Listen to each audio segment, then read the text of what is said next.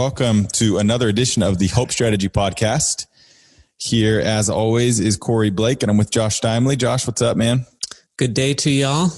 Good day. We had a fantastic conversation on this week's episode with Eric Bandholz. He is the founder and creative director of Beardbrand, a bootstrapped men's grooming company based in Austin, Texas. Beardbrand has been able to grow organically through its massive community of followers on YouTube, Instagram, and their blog. The growth comes from a brand-focused approach to business with everything tying back to the mission to make men awesome. Eric resides in Austin with his wife and children and enjoys rowing in his free time. Beardbrand, a lot of people might know this. If you think back, I think he said it was the 6th season that they were on Shark Tank. And we talked in the interview about how he's kind of an OG in Shark Tank and really got into some awesome personal depth on some of the things that Eric and his wife faced, as well as just a number of things. Josh, what do you think of the conversation? Well, it was the first time we ever got political and talked about libertarianism, so that was unexpected and unusual. Yeah, it kind of took a fun turn there, and I saw your ears perking up as soon as I think the second time he said libertarian or something libertarian, I was like, okay, here we go. We're going to go down a rabbit hole. We didn't go that deep. I was trying to restrain myself, but then you invited me in, so I was like, okay, let's. No, I thought it was great. I thought it was cool to talk about how he tied that kind of belief system that he has politically or whatever, into his business. And I think we realized that a lot of the way that we run our business is very similar, and we kind of connected on that. Yeah. Anyways, just kind of that, I guess, freedom to choose, or that agency to kind of make things happen without somebody micromanaging you at all times. It sounds like Beardbrand does things similar to the way we do things at our agency. One question I wanted to ask that I didn't ask was, what happens if Eric wants to shave his beard? Like, he can. He's a prisoner of his beard. You know what? Like, he can't run a Beardbrand company and shave his beard off. There's some content out there where he did, and I can't remember if it was a bet that he lost or something. I don't remember, but I remember a number of years ago, back when we used to work with Beardbrand, I remember there was a video on their blog of him shaving his beard. I've told him this before. I've known Eric for a while, and I've told him before, like, man, I wish I could grow a beard so that I could use the product, because I can't. I think what I've got right now is about as long as it gets. And now it's kind of interesting because they just released new product, scent confusion. It's eliminating scent confusion, right? So he said that a lot of times men will have like a hair product or a shampoo and a deodorant and a cologne and an aftershave, and it's all different colors. And so Beardbrand just created something to eliminate scent confusion. I believe I'm saying that right. To where a number of products that have the same scent from your head to your toes, which is pretty cool. Those guys are always doing something innovative and awesome. And I said in the interview at the end, I knew that I liked Eric before, but definitely after talking to him, this is one of my favorite conversations we've had so far.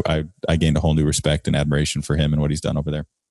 Yeah, it is fun to get more personal with a client, and you realize, gee, we've done all this work with this client, but we didn't really know them as a person. Yeah. And that's fun to get to know him. Yeah. And the better part of that is when you get to know them and you're like, oh, I really like these people.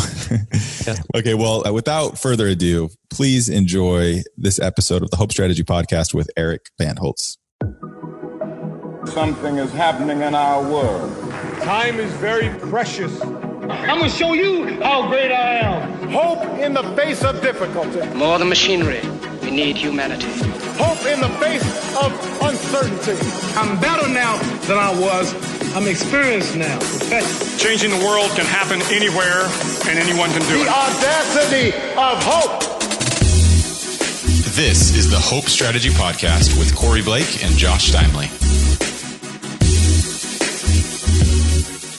Let's dive in a little bit, and we'll touch on a lot of things. I want to hear about the entrepreneurial side of you. I want to tap into a lot of your personal outlooks on life. I've always appreciated your creativity and the content that you've pushed out from 2014 and 15 and 16, maybe, that we did some work together, and the Urban Beardsman and Beardbrand. And then also, I know there's more of a personal side to it with some of the things that you and your wife have faced as you've raised your family and built your family up. And so we want to kind of touch both sides of that. But before we jump into all of the nitty gritty, can you tell us about your upbringing a little bit? I want to start to kind of understand where Eric Bandholz is coming from. Give us an idea of kind of where you grew up and what your upbringing was like. Yeah, I grew up in South Carolina. My parents are still married. In fact, just this past week, we celebrated their 50th wedding anniversary, which I think was a big advantage that I had in life, having a loving family. I got an older brother and an older sister. I'm the youngest, and my brother's 8 years older than me, so there's quite a gap between me and and my siblings. So I was kind of like, I never had like a good close sibling friends. But yeah, I'm a very stable household. So I think I must have been like age 7 until I went off to college. We were in the same house. So I was growing up with the same kids. And personally, I wanted to move more. Like I always wish we moved and I could, start a new life and kind of build a new friend group or whatever. And I just hated that. As a kid, you thought that way? As a kid, as a kid, I thought that way because I just felt like I kind of got like typecasted as like just kind of like a dorky guy. And the reality is I am a dorky guy. So like moving, I would have been like the dorky guy in whatever new environment. But you had visions of grandeur of like this entry into the new school with. Yeah. You come in as the new kid. Everyone's always like, the new kid, what's he like? And having like that mysterious aura behind you. I kind of always wanted that. And I wanted to live in a bigger city too. I just felt like Greenville, where I grew up, was just too small of a town. It didn't have all the music shows. It didn't, have the events. I always wanted something like a little bit bigger and more glamorous. So I had like this very sheltered, typical suburban middle life upbringing. Like I didn't have any kind of major adversity, growing up as a child. I feel very lucky and I feel very grateful for the environment my parents put me in. But so how far is Greenville from Charleston? Greenville's in the foothills of South Carolina. So it's about 2 hours away from Atlanta, an hour and a half away from Charlotte, and about 3 hours away from Charleston. Okay. So as a kid, I had the opposite experience of you. You were dreaming of moving all over the place. My dad was in the Air Force. And so from, I think 5 to almost 8, we lived in Charleston. He was stationed at Charleston Air Force Base. So we may have been there at the same time, man, a couple hours away. What year was that then?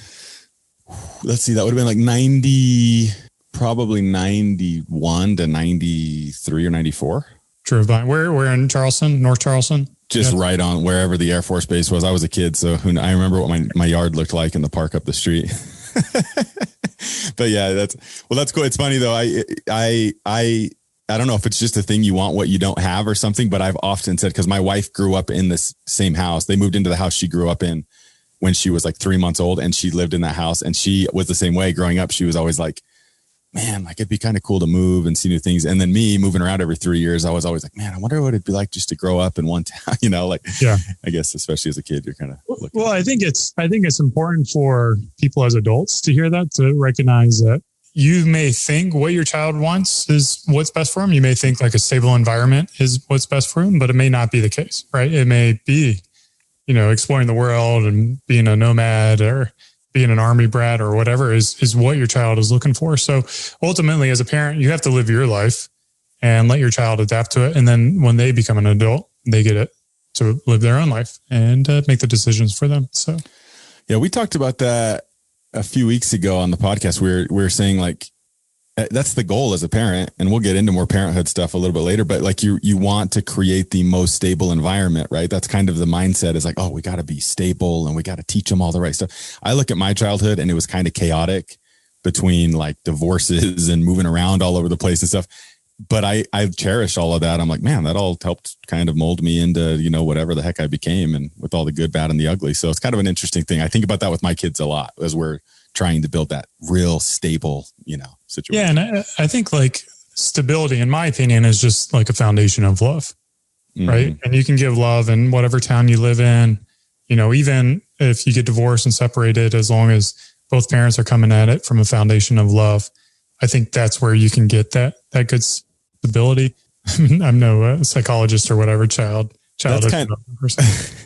kind of an immediate paradigm shift that you just gave me, though, after thinking about this a lot, of like, oh yeah, you think like it's not the tangible things or that provide the stability, the place or the whatever. It's more the underlying emotional side of it. I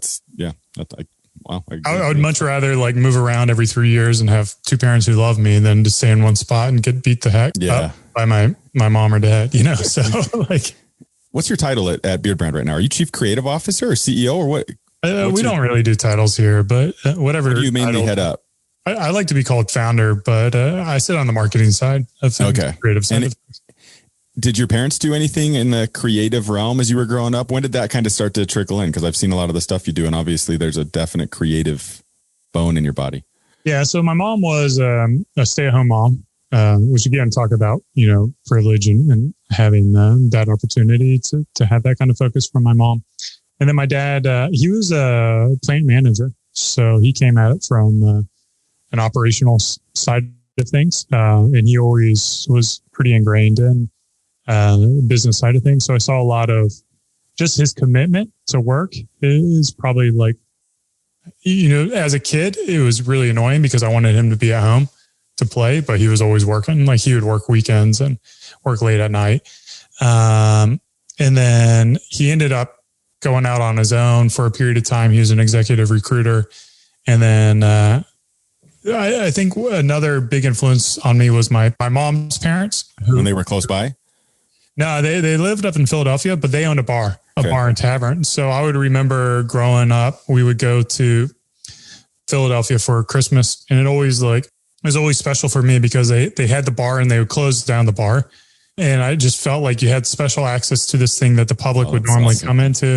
And then they had one of those, like beer coolers or whatever, and the door would never slide well. And, as an adult, it probably isn't the nicest bar or anything like that. It's just like a neighborhood local tavern, but I could get like free reign. So I could go in there and I get the Dr. Pepper, and I could go behind the bar and get those little like red cherries that taste disgusting, but as a kid, you love them. I'd eat all those. And I just felt like, I didn't have to pay for any of it, So that was just kind of special to like see my grandparents like creating their own personal. But was that theirs from the ground up, or did they like buy it or something? Or was it something they built? I mean, I think as long as my mom was alive since like 1950, they owned it, and they originally owned it with another family. And then half, and that above the bar was where my grandparents and my mom grew up in. So upstairs was where they lived, and downstairs was a bar, and upstairs it was two families living up there. So it was just really wild to hear about. Like my mom, she's got 3 siblings. So it was, a family of 6 plus, I don't even know how big that other family was, all living in this like 3-bedroom house. So it's just wild to think about what they grew up with. And then I just learned this like a couple of weeks ago that during the Prohibition, I think it was my great grandparents they had a front, like a candy store front where they're slinging booze. So I love it. I appreciate. I was just thinking like, man, I appreciate like, what is that called? Civil disobedience. Yeah. Or they're not following the alcohol laws and helping make markets. So. It's classic entrepreneurship right there. Yeah. Running the black market. Yeah. So she was telling me about stories where they ended up buying a few different houses, and like people would like exit out the windows and run away from like the feds or whatever. So when you think of the lens that they see the world through, because you're talking about like, to you, that bar was like, it was magical, right? Like, and it was just because you had access to, like you said, to something that normally you would see as a kid and say, oh, that's what the adults do. But all of a sudden you had kind of free reign. Because my grandma, just around the corner from where I'm visiting right now, she was a secretary at the high school, which as an adult, you hear like, oh, she's a secretary at the high school. It's like, oh, nothing glamorous. She just is a secretary at the high school. But when I was a kid, she would go to the back of the school where the theater was, and where they had like all the candy and snack, whatever the treats and snacks that they would sell when they were doing theater productions. And she would let us come in the back. There you go. Concessions. She would let us pick out a candy bar. And it was the same thing. It was like that candy bar was worth $1 million. It was like, we're getting the backdoor access. We got the candy bar. Like, you know what I mean? It was the biggest deal, and we looked forward to it. Like, and this is growing up like in Germany, and my dad in the military. And it would be like, oh, I can't wait till we can go back to grandma's house to get a candy bar. I'm like, it's fascinating to kind of see the way that you think of things as a kid. Oh, it's funny you mentioned Germany in the military. My parents were stationed in Germany as well. Oh, really? Yeah. Was that before you? Was your dad in the military before you were born, or? Yeah. He was a captain in the Army. So we have the military life as well. Landstuhl or Wiesbaden or Dusseldorf or? I think it was Nuremberg. Okay, Nuremberg. Yeah. I could be wrong. He would correct me, but my ancestry, I've got family in Dusseldorf, and then up in cool. The northern part, Holstein, was it Schleswig Holstein or something like that. Okay, cool. Schleswig. We'll call your dad and have him fact check the episode. Yeah. He wouldn't know. My mom would know. So it sounds like your grandparents were some of the bigger role models growing up. Did you have any other, as you think back now, hindsight, as an adult and doing all the cool stuff you've been working on, do you ever stop and think like, oh man, it was that person, that person or that person that were kind of those big role models that played a big impact on, I don't know, just affecting your personality or your work ethic or whatever, your ambition? Do you have anybody that you think of? Like I said, like seeing how my dad worked or committed to work, I think was a good example of, developing kind of work habits. I'm lazy. And I'm a procrastinator. And I was that way in school. I would do well, but I just do the bare minimum. And probably to this day, I still kind of do the bare minimum. I feel like a lot of who I am is not really shaped by outsiders. I feel like I'm like who I am is pretty ingrained. We had this conversation, me and my business partners, about the same thing because we're all very similar. Lindsay and Jeremy and I, we see the world very similarly, and our family is not the same. Like, my brother is kind of like he's from the South, traditional conservative guy, family, 3 kids, works for a living. My sister's kind of like your typical liberal person. She's an educator at the school. Her husband is the stay-at-home dad. So they've got the roles reversed and all this stuff. And then I kind of like sit in the middle as this libertarian guy, like that kind of bucks all the like standards and just sees the world completely different. And I've always been that way. Like I've always like from a young age, like growing up in the South, if anyone listening out there grew up in the South, you understand like the heavy influences of religion in there. And I've, as long as I can remember, like I've always been a non-believer of, like traditional religions and things like that. So it's just like, even at like age 8, I remember being like, like, I don't believe this isn't for me. And then like, I also remember like wanting to start a business and like having a little ledger with my friend and doing this little like pixie sticks kind of product that we came in and tried to sell some stuff. And I think that was kind of like an influence for me. It just feels like natural for me to buck against whatever the norm is. I think you've said libertarian twice, and I know Josh's ears are perking up. I can't believe he hasn't jumped in with something. High five. Oh yeah. You a fellow libertarian? Yeah. I went down the rabbit hole after the 2008 elections and never looked back. Oh yeah. I think that was the last time I voted too. So I remember this was before Josh and I's partnership, but on Facebook, Josh was the guy for what, Josh? I don't know. Like there were a few years where you were like locally as well. Weren't you pretty involved politically? And like, I mean, you were all in there for a while.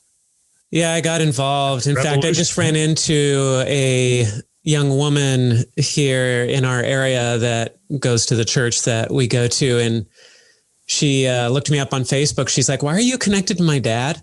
And I was like, well, I don't know. Who's your dad? And it turned out he was this politician from Utah. And I was like, oh, yeah, I used to run in those circles. But yeah, I don't really do that anymore. But yeah, I used to be heavily involved. And trouble with libertarianism is it kind of spoils everything. It's like, ignorance is bliss. And then once you become a libertarian, you're like, oh man, everything's so messed up. Dude, it's so ruined. I think it's great because you've got, as a libertarian, you've got the advantage of never going to win a political election ever.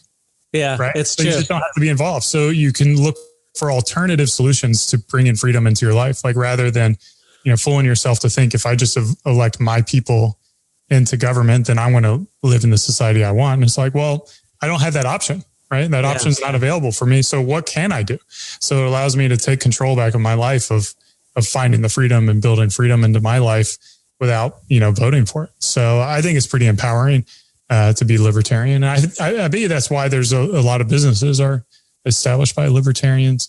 Well, libertarianism, not to wax superior to everybody else, but libertarianism, I know when you're a libertarian, you feel like, well, this is just the way the world works. Like this is just reality.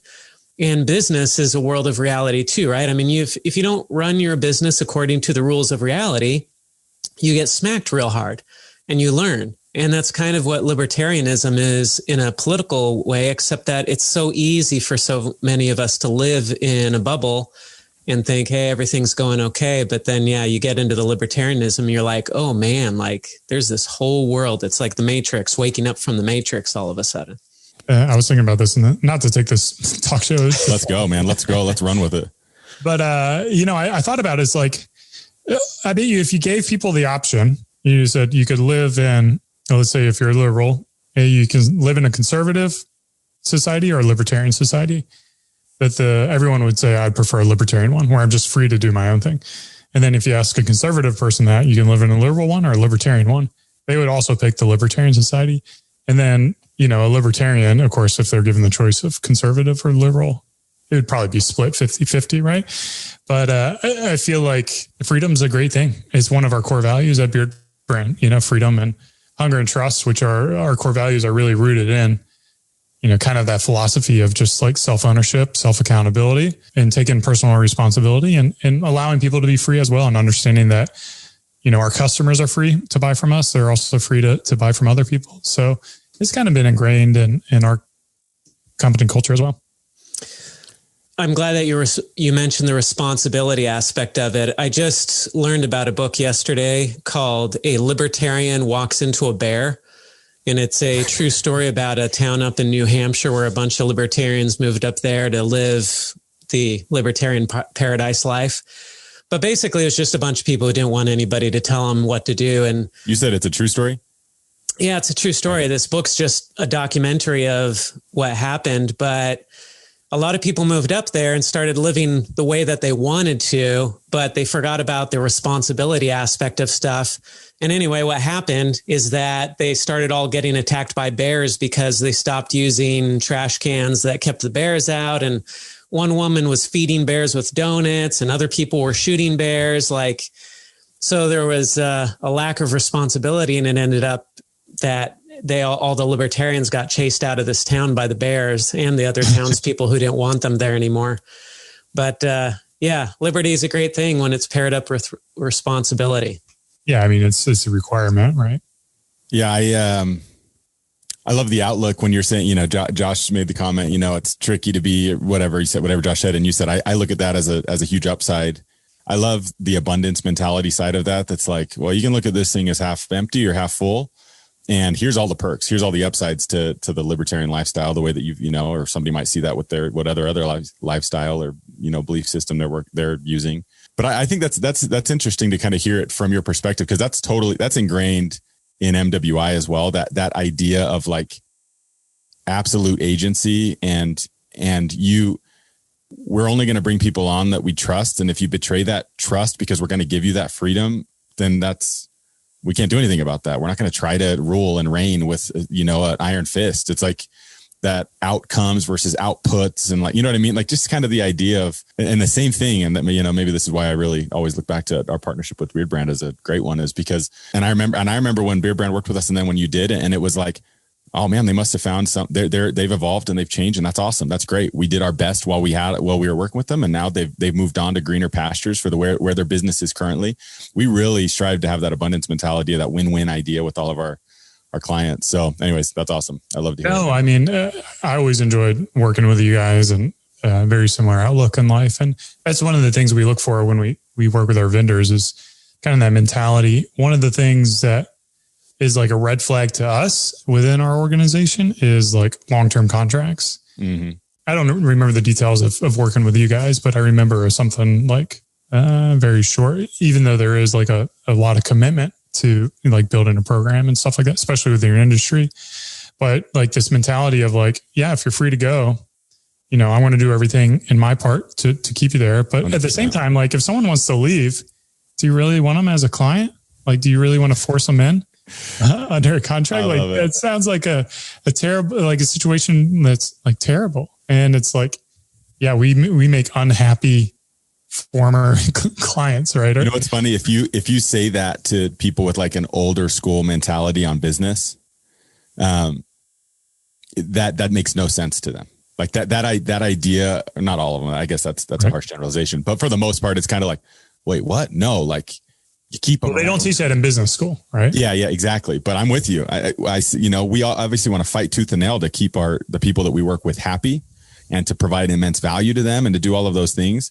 But at the end of the day, if it's like they're waking up in the morning, like, oh gosh, I got to get on a call with those guys, you know, or, oh geez, it's like, that obviously is not a win-win. Like, go ahead and find where it is. I mean, we want to do everything we can to be that for everybody, but you can't be that for everybody. It's just the way it goes.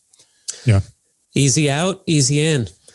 So I'm curious, Eric, with your libertarian streak, you kind of hinted at it, but how does this filter into how you manage the company and dealing with employees and stuff and giving them trust and control and responsibility? What are some of the experiences you've had with that? Because there's obviously a balance that has to be had there for running a business and keeping it afloat and keeping it growing, right? We like to look at our core values as a triangle: freedom, hunger, and trust. And what happens is if you have like too much freedom, like if you pull that triangle, then what happens is like your trust and your hunger go down. So it's something that you want to have like a balanced triangle, and you have to have balance. So we really think that our core values, when they're working in harmony with each other, that it has that balance. Because again, like too much hunger, too much drive, you're working, 80 hours a week, then you're losing your freedom, like your personal freedom. And maybe you're eroding trust as well as you walk over your teammates and stuff like that. So like balance has been a big thing for us. I've tried, or we've tried as much as possible to build as flat as an organization as possible. So Lindsay and I, my co-founder, are kind of like the top, making the strategic decisions of where the company goes. And then from there, like very, very hands off. Like if you pull up my Twitter right now, like I just posted a comment about an email that goes out. And the first time I see it is when my customers are seeing it. It's like it hit my inbox. I read it just like our customers. So there's no approval. So like our email copywriter is fully responsible for the email. There's no approval process. There's no proofing, nothing like that. He writes a good email. He thinks it's good to go. He proofreads it and then he sends it out. And it's stuff like that that's just really amazing because we're able to produce at such a faster speed than, maybe a corporation with a little more bureaucracy. And it's empowering too. Can you imagine where you get to work in a place where you're fully responsible for the success or the failure of what you're working on? So we're able to attract people who are really, like that type of personality where they want that ownership and they want that responsibility. And there's nothing more rewarding than giving somebody that freedom and then watching them just absolutely kill it. Oh my God. So I'll tell you, like building the team has been probably the hardest thing that we've done at Beardbrand. And we've have some amazing people who have come through the doors and are no longer here just because of how hard it is to self-manage. So I think that we've got some amazing people who can crank out amazing work, but they need a little more guardrails. Whereas in Beardbrand, you've got to come in with like almost no guardrails at all. And, like for the first 6 years of Beardbrand, there was a big stress. Back in like March, like the beginning of COVID, we cut our size of our team by, we cut three people, which is pretty big for us. We're a team of 15. So we went from 18 down to 15 and we essentially, try to lean out the organization. And it was at that point where we removed a lot of red tape and bureaucracy within the organization, where we used to have like proofing and organizing, and we had a, marketing quarterback and like all this. And it sneaks up on you too, right? Oh, it does. And it's amazing. And it's like, we're such a small company. We shouldn't have this bureaucracy. Been there way too many times. Yeah, it kind of happened. And we're like, well, is it okay if we just make everyone responsible for their own work? Because I think we're kind of like, rather than having, people who had that ability to proof their own work, they needed a little more structure. And we have people in there who can now just produce their own work, and it's amazing work. And I'm just like, this is amazing. Like, this is absolutely amazing that our team is able to just like find opportunities, kill it, like just like that, and move on to the next thing. And there's like no drama either because everyone's doing their own thing. Like they work together when they need to, but there's no like getting approval. There's no like asking for permission. It's like, if you have a good idea, go and do it and get it done. Yeah. I don't know. I've been like, this year has been probably the greatest year for us when it comes to our team and having people in the right roles and being able to for them to be able to be successful in their roles. A lot of people call it one way to look at that. And man, you're speaking our language. I couldn't agree more. But one of the things you hear it called is like intrapreneurship, right? Like, so like entrepreneurialism within the, in our world, agency, or within the business or corporation, the individual employees being entrepreneurial minded. I had never heard of that when we first started going, when I was building it. My favorite thing to do to this day, I'm very involved in the business development and the growth of the company, but my favorite thing to do is to hire, is to find the right fits and to interview and to sell. It's one thing to sell our services to people, but I love selling individuals on MWI and why it's a great place to work and why they should come if it makes sense. One of the things that I say in that process, I think I've said to almost everybody that we've ever brought on, is we love to give our employees the entrepreneurial experience, but with some security. And then I explain how Josh and I have taken the risks, right? We've taken the financial risks and we've taken the, leap of faith to invest in whatever, but to give them that experience to where they can come in and feel that entrepreneurial spirit, that freedom that we talked about, or that agency that they have, or that, no, if you have an idea, bring it to the table. It's flat here. Like, I don't care if you're a brand new intern, you see the world differently than I do. And I appreciate that. And I expect good things and good ideas to come from you, right? This whole idea. And when I say that, you either see people like, oh, that's the moment. That's one of the keys where they're like, yes, that sounds awesome. And others are like, I don't know. I kind of need that structure. Like, I kind of want to go 9 to 5, clock in, clock out. I want somebody kind of telling me what to do. And neither of those, I'm not saying that either of those is better. Yeah. It's just appreciating and accepting the fact that in order for that relationship to be that win-win, it needs to line up. And sometimes it does, and sometimes it doesn't. And I'm with you, man. The best successes that I've seen and the most joy I've had in running a business is when you find those people, they come on board, and then you see them thrive and succeed. And you're like, I haven't said anything. They're just making it happen. It's the best. I love it. I've also learned that some people just aren't built to do that. And sometimes you have to build those processes and, those guardrails, as you put it, to well, I don't know. Like, as I get older, it's like, I don't want to build those processes. Mm-hmm. If the team can't, if the team member doesn't thrive in that environment, I don't want to change the whole company for that one team member. I want to help them get into a role that really works for them, which might be outside the company, and then try to find someone who can thrive in that. So, because everyone else on the team, that's their expectation, and they're going to get weighed down by, the bureaucracy or the SOPs, or I want to call them incompetence, but it's just not the right culture fit. I want to talk, and I know you've talked about this till you're blue in the face, but it's a great story, so I want to hear it. I want to talk about the whole Shark Tank experience. Beardbrand is kind of an OG in the Shark Tank world, right? It was earlier in the popularity of the show.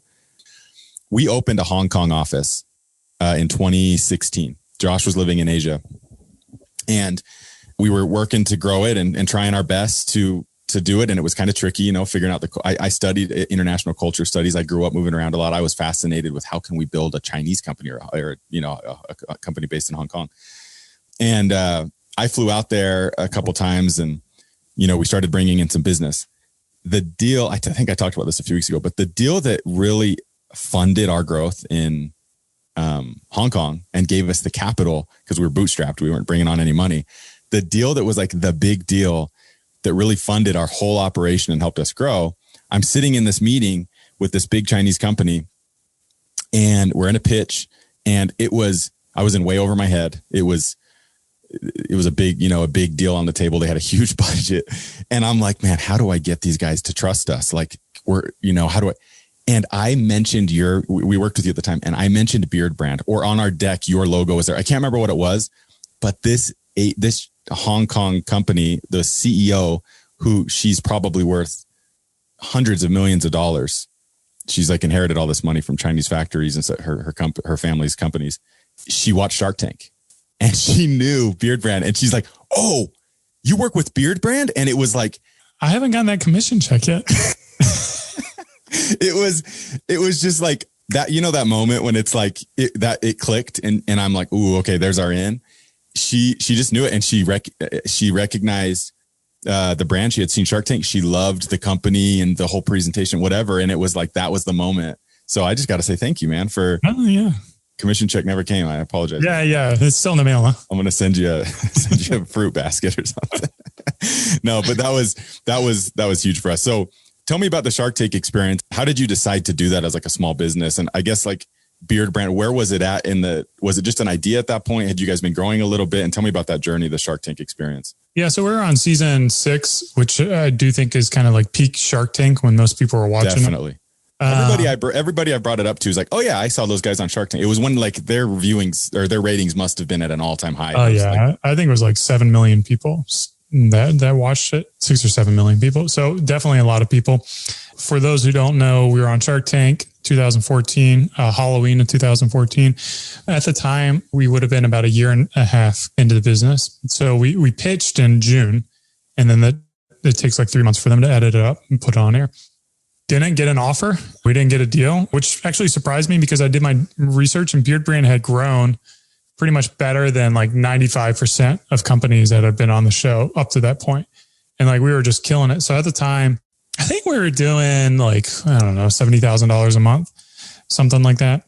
We were over $1 million run rate. So maybe even more than that. It was nerve wracking. You know, it's like, it's nerve wracking, not so much because you're pitching to investors, but it's nerve wracking because everything you do could be a giant mistake that ends up in front of 7 million people. So and it's all recorded at every angle. Yeah. So I just kept a smile on my face the whole time, you know, like I try to crack jokes. I try to make it a fun environment because I knew if like you have that like lost look or that confused look or like that gives them an opportunity to put it on TV to make it look like you're lost or confused or nervous. So fortunately, I'm not like a profuse sweater or anything like that. And I feel like our episode was a pretty accurate representation of what went on. Because it takes like 45 minutes to record and they cut it down to 7 minutes. Yeah, that's what I was going to ask. So is it true that the pitch is actually like you're supposed to come prepared with a pretty lengthy pitch and then they ask way more questions and get into the meat of the business more than they show on air? Because every part of 7 minutes. Yeah. So, I mean, like your opening pitch is about like a minute and a half. And I was expecting to be able to say like my whole entire pitch. And then I had like this cute little like, you know, hey Sharks, you ready to grow with me? I think it was my thing. But before I even got to that, they just cut me off and started asking questions. And then they just like dig into everything. And it's challenging because what you don't realize by watching the show is all 5 of them will ask a question at the exact same time. So anytime they cut to someone and they're kind of like lost like this, they're trying to understand who they want to talk to or whose question they want to respond to. So my recommendation for anyone who's going to be on the show is pick your number one shark and give that person priority. So when 3 people ask a question at once, you know, your one shark, you just look at them eye and say, boom, that's who I'm going to answer. And I think we were generally pretty good about that. Damon was our kind of like target investor who we were trying to win over. Yeah. And then they, you know, shoo you off to a psychologist and make sure you're not, you know, like super upset. And oh, do they really? Yeah. Oh, I thought you were kidding. Oh, so they really have like somebody there to talk you through it, huh? Yeah, I think major props to the show. They do a really good job of, you know, setting expectations and letting you know what's going to happen and practicing and working through your pitch and doing like a dry run and also telling you like going back to us, like we're a bootstrap company, not only, but 80% of the people who pitch will be on the show, 20% won't be on it. So there's a good chance that we could go up there, spend all this time, all this like emotional energy, all this time away from actually building our business. And then it never goes on air. It happened to one of my buddies. And because of that, we had like the most basic display thing you could ever imagine. I think we ended up paying like, you know, $500 or $1,000 for the display stand where other companies were investing like thousands or tens of thousands of dollars to have these like beautiful stands. And we're just like kind of, you know, basic over here. But it worked out for us, you know, so very happy with it. I can't imagine the pressure. I did a TEDx talk in front of 1,000 people and they videotaped it. And I thought, oh, this might be seen by like thousands, maybe even tens of thousands of people. But I can't imagine going on network TV and thinking 7 million people are going to see this. And if I bomb, 7 million people are going to see me bomb. That's on TV. It's recorded out there forever. So I'm not surprised they have the psychologist there off the side to help people in case they have a nervous breakdown on the show or something. But I mean, if you're an entrepreneur, of all the people who can handle it, I feel like entrepreneurs are generally going to be, and I think they do a job of trying to filter out all the litigious type of people. So they ask if you've been in any kind of lawsuits and things like that. So, I'm not a litigious kind of guy. So I would think, and I don't know, maybe because you guys were season 6, but one of the things that people caught on to really quickly is even if you don't get a deal, I mean, you just got the best advertising ever for 7 minutes on national TV. Assuming they don't roast you. Assuming they don't roast you. But even still, right? Still, you could cut it up, cut out the good parts and use it. And at least here we are on Shark Tank. And you got some form of credibility. But anyways, what impact did it have on the business, even though you didn't get a deal from one of the sharks? Yeah, I mean, we had a big spike on the day it was aired, and there was a rerun in February. We had a big spike there. And then every time there's an MSNBC rerun, we see a little spike, a tiny spike. The nice thing too is, it kind of prevented our competitors from being on there. So as you guys might know, we have 2,000 different beard oil companies. I was going to ask about that. What was the state of the industry before you went on versus in 2020? Yeah. Here's a funny story. You want to hear a funny story? I would love it. This is how dumb I am or naive I am. I went into Shark Tank and I was probably a little more transparent than I should have been. I was literally saying what our actual margins were. And I should have been, just industry standard margins is probably what I should have said. So I was watching this interview of a guy in the industry, and he was talking about how there's this guy on Shark Tank who was talking about the margins of this product, and they came out with a whole bunch of stuff. And that company ended up selling for $250 million, $250 million. So after Shark Tank, there were so many new players into the marketplace. I bet. And maybe if I was a little more humble with our growth, then maybe, I don't know. I'm sure huge opportunity. You attracted some competition there, huh? But you're always going to have competition. That goes back to the libertarian thing. We always knew there's going to be competition. So we embrace it. It's we want to be the best of the best. So everyone come in, and we want to step up our game, and we want to build that moat so friggin' fat that, people will just look at one and not even be able to, they'll just say, Beardbrand's got it too good. Yeah. Yeah. I love the outlook. That's such a cool experience. And again, I think one of the things I noticed, and you've seen this headline after, is some people go on the show now and they create package that is not, it's an idiotic, of course, none of the investors are going to do it, right? They're we'll give you 1% of the business for $1 million, and they've only generated 100, and they've gotten called out for you're just doing this to get the publicity. Yeah. I think sometimes they do that and they'll still air it though. So it's well, I guess maybe it's just the headline that captures people's attention. I don't know, but in hindsight, kind of what I wanted to do is do a Dutch auction kind of style, because I don't know if that has ever been done yet on the show. Explain that. Explain the Dutch auction. Basically, the Dutch auction is the price starts high. So let's say you're selling the business at, whatever, and then you go down from there. Okay. So if I were to sell beard oil, there's only one beard oil available. We'll start the bidding at $1,000. And then you get this reverse anxiety of as it drops, because once it drops to a certain point, someone else is going to grab it. Mm-hmm. Whereas a traditional auction goes up from $0. Mm-hmm. But anyways, what I wanted to do is come in and say, all right, look, we don't need your money. Our business is doing so well that we're crushing it. So for $1, I will give, 5% of the business, and kind of let the sharks fight over for that 5% of the business. That would have been awesome. And then see if they up the ante at all. Hindsight 2020. Because then we come in and be like, dude, look, we're killing it here. We're growing so much. Yeah, you build that exclusivity a little bit. Yeah. But what I do is I value what you can bring as your investor, but I don't need your money. Yeah, I like that. Hindsight. Yeah, hindsight's always 2020. So, okay, so transitioning a little bit, what's the state of Beardbrand right now? What's new? What are you guys doing? What's going on? Yeah, so we're still in business, which is good. Yay. We focused on a new value proposition, which has been in the works for years and years and years, but we haven't really been able to talk about it because it was dependent on our product offering. We've coined the term scent confusion. And scent confusion is what happens when a guy will use whatever shampoo for their hair, or whatever bar soap they got, whatever deodorant they got. And it's just you walk through a CVS, deodorant aisle or something like that.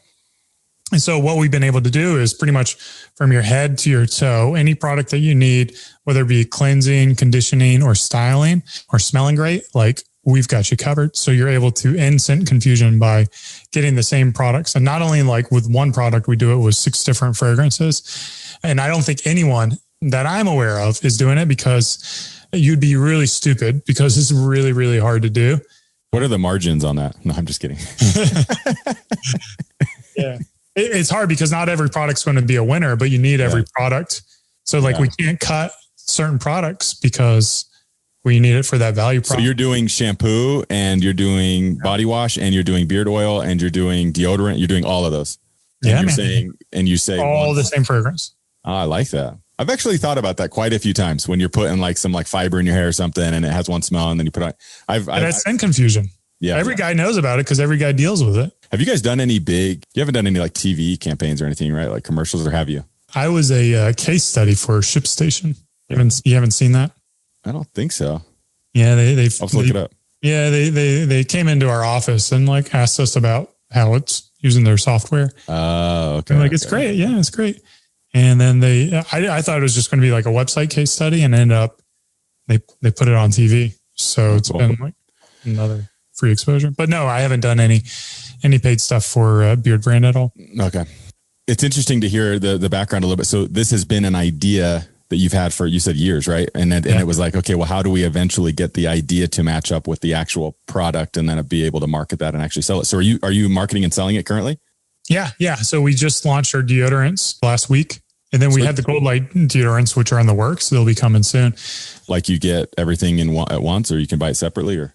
Yeah. You can get it as a kit if you want to get every single item. We have a landing page for that. And we're really focused on the fragrances as well from a value proposition. So rather than focusing on beard oil and beard wash, beard softener, we're trying to get people to identify which fragrance is going to be a good fit for them, and kind of telling the story of fragrances and helping them with that. But if you think about it, it's, so we've got I think we have 11 different products. So it's actually, because we have 6 different fragrances, you end up with 66 different products, which is very challenging because you bump up against the MOQs, the minimum order quantities, when you're so, you can diversified, be, you could be a little bit deep or wide, and we decided to go wide. So, and that's online. You're doing a ton of online stuff, obviously, and then Target. Yeah. So Target, this is how we kind of differentiate our products. So our silver line and our gold line are products that can end scent confusion, whereas our white line is our value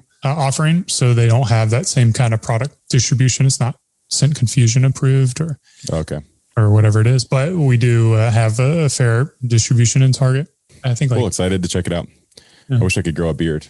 You don't have to, man. Yeah, now I don't. Like I just said, scent confusion. I remember at the very beginning where I probably told you that when we were working together, and it was just the beard oil. I was like, man, I wish I could grow a beard, but now you got the whole head. I got it. Yeah. Shampoo, conditioner, body soap, shave soap. See, I can't really grow one either. Although I do have that one photo with Corey where I have sort of a beard. But if you want to see Josh with sort of a beard, go to the Hope Strategy podcast website, and there's a picture of Josh when I was 19, I think, and Josh was, I don't know, 28 or something, and he was in his. Did you put that on the website? Is that on the website? It's on the podcast website. I didn't know that. It's in the About Us. It's in the About Us. It's like, hey, look, here's Josh and I, and now we have a podcast. We were just talking when you got on and you thought we were doing a podcast. We were talking about Josh's dad. Josh's dad, shout out to Larry, is, how old is your dad? He's 85. So he's 85. If you need an 85-year-old Instagram influencer to rep your stuff. He's one of those guys that's just like witty and funny. And yeah, I mean, the basic example, the way the conversation started, is one of his friends in the neighborhood in California just thought it would be funny to go put a bunch of plastic flamingos up in Larry's yard. Like, I'm going to just, so that when he wakes up in the morning, he goes out, Larry grabbed his wife and said, take pictures of me playing the ukulele to these flamingos, and then I'm going to post them to Facebook. So then now he's like sitting there serenading the flamingos. And anyways, he's super funny, quirky guy. And right now he just so happens to have an amazing beard. We need to get him some product. So let's transition here.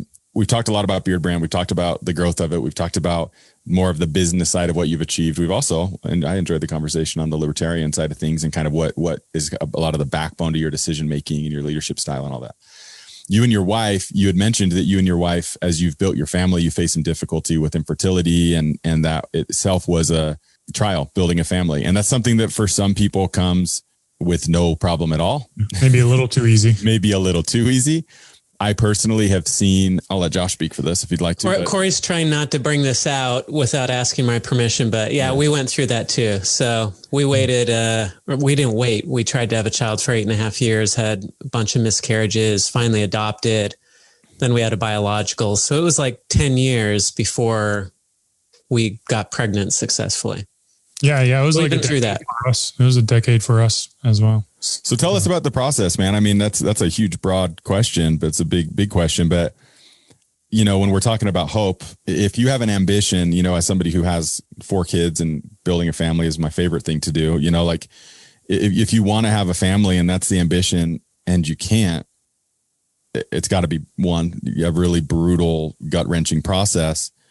And, you know, finding hope through all of that and trying to find some level of ambition and optimism and all that, you know, has got to be difficult. So walk us through what that was like for you and your wife. Yeah. I mean, the thing about infertility is it's kind of like this unspoken problem within society that a lot of people really struggle with, especially now as a lot of people kind of put their family building on pause as they try to establish their careers. We started trying in like 2008 or something like that was when we started. You know, you go through the progressions, like the first thing is like scheduled time to try. And then it's like, you know, like just the lower barriers of entry, and it just gets more and more serious. And, you know, for me, I'm definitely different than my wife. I have the mentality of like, whatever life comes to us, whatever happens, I'm going to be able to find joy within that. So if we could have never had a child at all, like I could have found happiness in that life. Whereas my wife, she viewed herself as a mother, and it's hard to be a mother when you don't have any kids. Part of my challenge as a husband was like learning how to have that empathy and like understand what my wife was going through, because there was a lot of conflict between the two of us on like the outlook of how to deal with infertility and the steps that we wanted to go through. And it took me probably far longer than it should.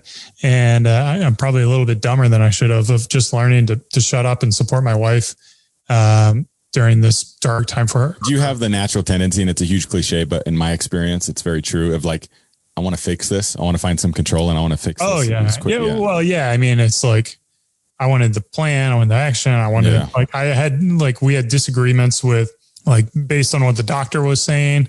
He's like, it ain't going to work with your eggs. It's just not going to work. And I'm like, okay, well, let's listen to the doctor. We're paying a lot of money for them, and, you know, get an egg donor or whatever. And she's like, no, like she had to try with her own eggs. So we ended up like 3 rounds of IVF that didn't work. And each time we would try something different. So, you know, a 5-day transfer, a 3-day transfer, you know, like doing genetic testing on the embryos, all sorts of things. And then we got very fortunate that her best friend donated eggs for us. So we have like a known egg donor, which is probably pretty rare in this situation. So we're able to, like, my daughter's able to know who female genetic component of her comes from, and we're able to stay in touch with them. And she's able to kind of know her half sisters or something. I don't know all the proper terminology for that stuff when it comes to IVF. Yeah. And then, you know, and then after that, like you get a win. And then we went back, and I think we ended up having like 2 more failed IVFs. After that, all told, I think we've had like 9 or 10 miscarriages or lost pregnancies. Wow. For people who aren't dealing with this, like imagine the loss of, you know, like your favorite dog, like every single time that happens, or a loss of a parent. For us, like every pregnancy loss was like that. It was just like going to a funeral that you couldn't even, you know, lean on your community about, because a lot of them didn't even know you're pregnant. Yeah. So it was definitely something that we had to learn how to handle, like between the 2 of us, and then like a few select people. And then we were very fortunate that a couple of years ago, or a year and a half ago, we went to Denmark, and my wife, you know, miraculously got pregnant there the old fashioned way. So Denmark is the trick. Well, it was funny because when we were there, we're commenting about how many pregnant women there were.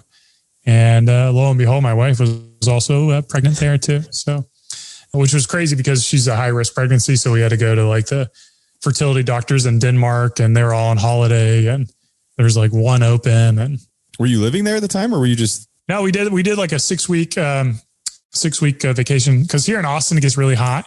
Yeah. And vacation is not the right word. It was like I was working in Denmark, but Denmark's a really cool place. That's where a lot of my ancestry is from, Denmark, actually. Oh, yeah? Yeah. Yeah, I've got a little bit. I got like 9% Danish in me, according to 23andMe. Yeah, 23andMe keeps changing my numbers. At one point, I was like, I've always been told my whole life I was an 8th Chickasaw, Native American. And then they told me I was, I think, 16th, and now it's down to like 1, and then it jumps back up again. I'm like, wait a minute, what's happening? Anyways, okay, sorry. So,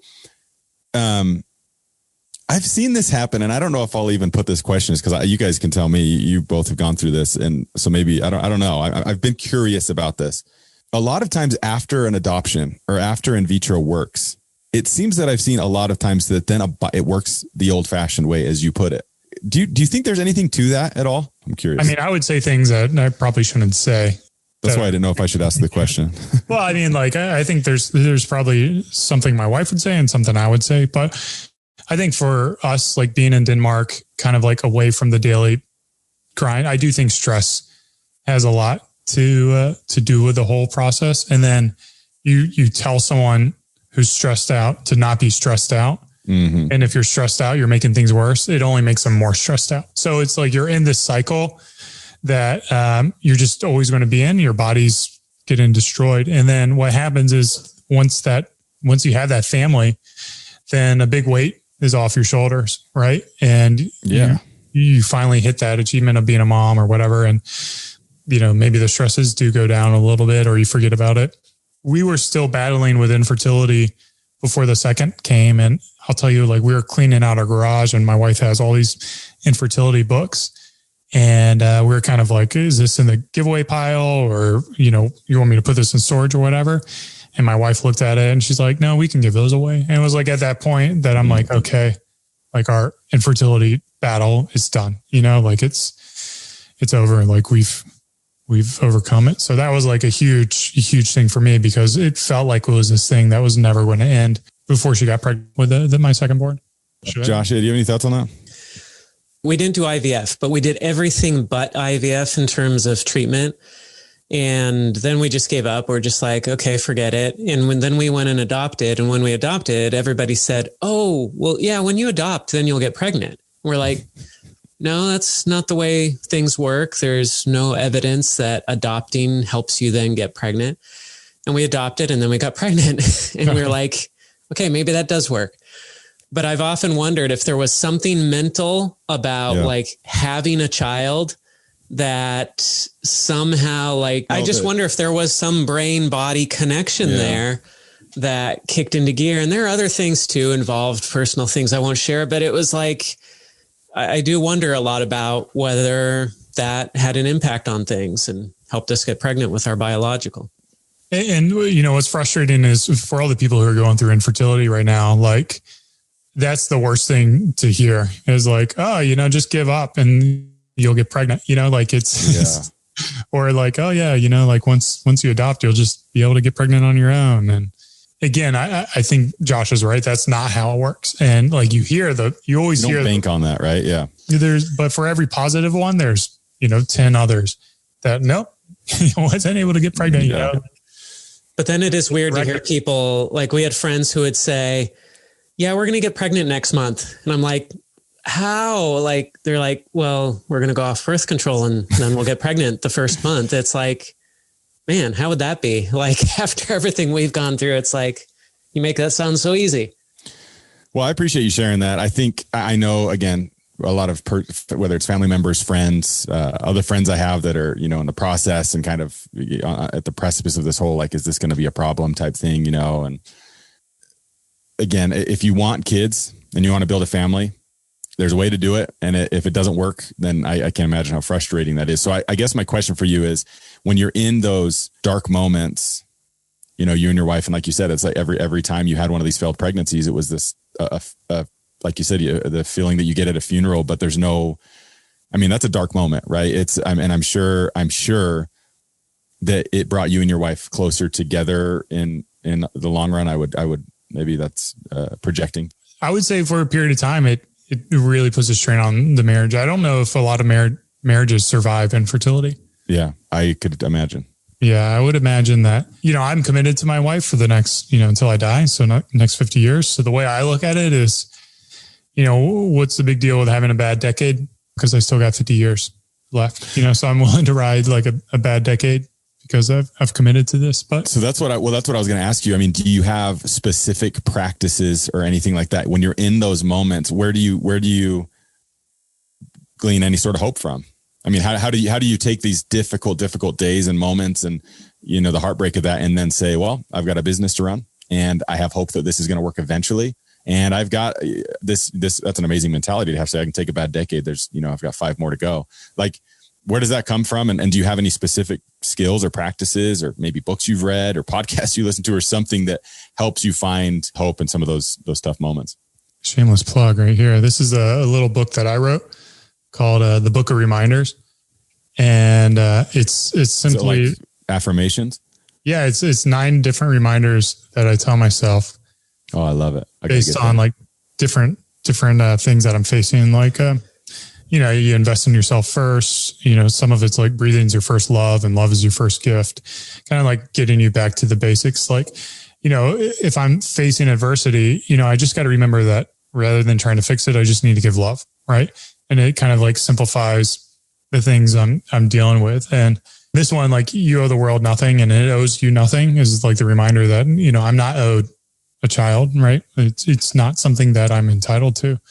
So like when you kind of put your mind into that mentality, then it kind of allows you to like withstand the suffering that happens in life. So for me, it's like, I tend to have like kind of like a Buddhist Stoic kind of mindset for a lot of things, and just know that like there is going to be suffering. Like that's just part of humanity, it's part of life. And one of the things that I saw is like, you know, you're dealt the problems that you have because you're capable of solving them. And if you weren't capable of solving them, you wouldn't have them. So like, you know, that's almost encouraged me to find bigger problems, because I feel like I can certainly solve bigger problems than I'm currently facing right now. And like, you want to have those problems and those challenges in life. You know, Ryan Holiday's book, like The Obstacle is the Way, is kind of like that mentality. And it's true. It's like, you know, the infertility that you battle with, it's what's going to set you up for, you know, nobody knows what it's going to set you up for, but it is going to help shape you on your journey and your pathway. And for me, like, I'm just I've always been an optimist. Like, I've always kind of had a positive mentality. And I think a lot of that goes back to like the beginning of our conversation and being from a positive environment growing up. And I just can't imagine bad things happening, because things always do work out for me. Like things, you know, like I've got a great life and it's going to be great no matter what. You know, it's going to be great if I've got $1 in my bank account or $1 million in my bank account. I'm going to figure out a way to make it great. Preach. I agree. Sounds awesome.